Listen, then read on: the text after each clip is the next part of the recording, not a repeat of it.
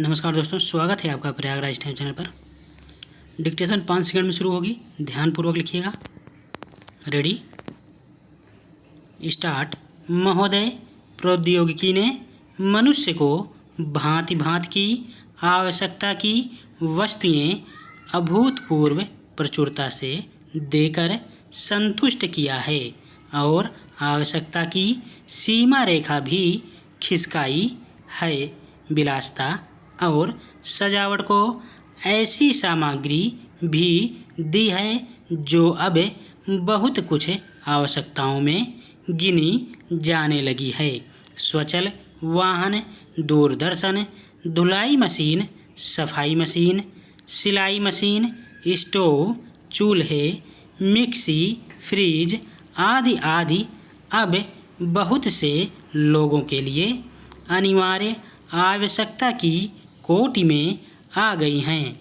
तकनीकी और औद्योगिकी से यह सब संभव हुआ है, किंतु एक ऐसा अल्प वर्ग भी है जिसके लिए विलासिता आवश्यकता की कोटि में आ चुकी है। विज्ञान की जन समुदाय के लिए तो मौलिक न्यूनतम आवश्यकताएं भी विलासिता ही बनी हुई है। औद्योगिकीकरण के सहारे मनुष्य ने जितना भी विकास किया है उसे वह उन्नति कहकर संतोष करने लगता है और अपनी दुर्वैध प्रकृति के कारण यह ध्यान नहीं देता कि इस विकास से वर्ग भेद पनपा है। अमीरी गरीबी के बीच की खाई चौड़ी हुई है जो व्यक्ति मानव की समानता, समाजवाद या साम्यवाद के गीत गाता है, वही अपनी द्वैध प्रकृति के कारण अपने पर्यावरण यहाँ तक कि मानव के भी शोषण के नए नए तरीके खोजता है। यह शोषण बलात्कार की सीमा तक पहुँच गया है। मनुष्य ने अपनी बुद्धि का प्रयोग किया, फलस्वरूप भांति भांति का औद्योगिकीकरण हुआ और जल, थल, वायु सब प्रदूषण के शिकार हो गए। अमेरिका और पश्चिम के अन्य देश धार्मिक स्वतंत्रता, मानवाधिकारों आदि पर भारत को तो उपदेश देते हैं, लेकिन खुद अपने अंदर नहीं झांकते।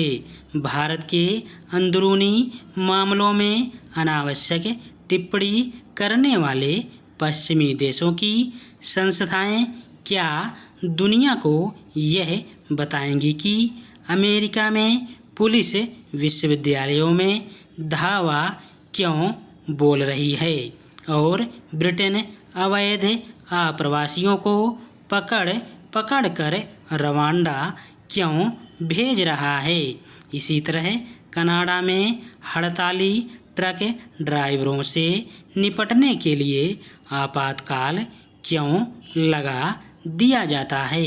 ध्यान रहे कि ये वही पश्चिमी संस्थाएं हैं जो कृषि कानून विरोधी उग्र आंदोलन और शाहीन बाग के अराजक धरने को एक तरह से न केवल अपना समर्थन दे रही थी, बल्कि भारत को मानवाधिकारों और अभिव्यक्ति की स्वतंत्रता का पाठ भी पढ़ा रही थी। वास्तव में अमेरिका, कनाडा समेत यूरोपीय देश तब तक बाज नहीं आने वाले जब तक भारत भी इन देशों के मामलों में अपनी प्रतिक्रिया देना नहीं शुरू करता। भारत को केवल प्रतिक्रिया ही नहीं देनी चाहिए, बल्कि बाकायदा रिपोर्ट जारी कर यह बताना चाहिए कि इन देशों में क्या गड़बड़ हो रही है, क्योंकि किसी भी देश में सब कुछ ठीक नहीं। धन्यवाद।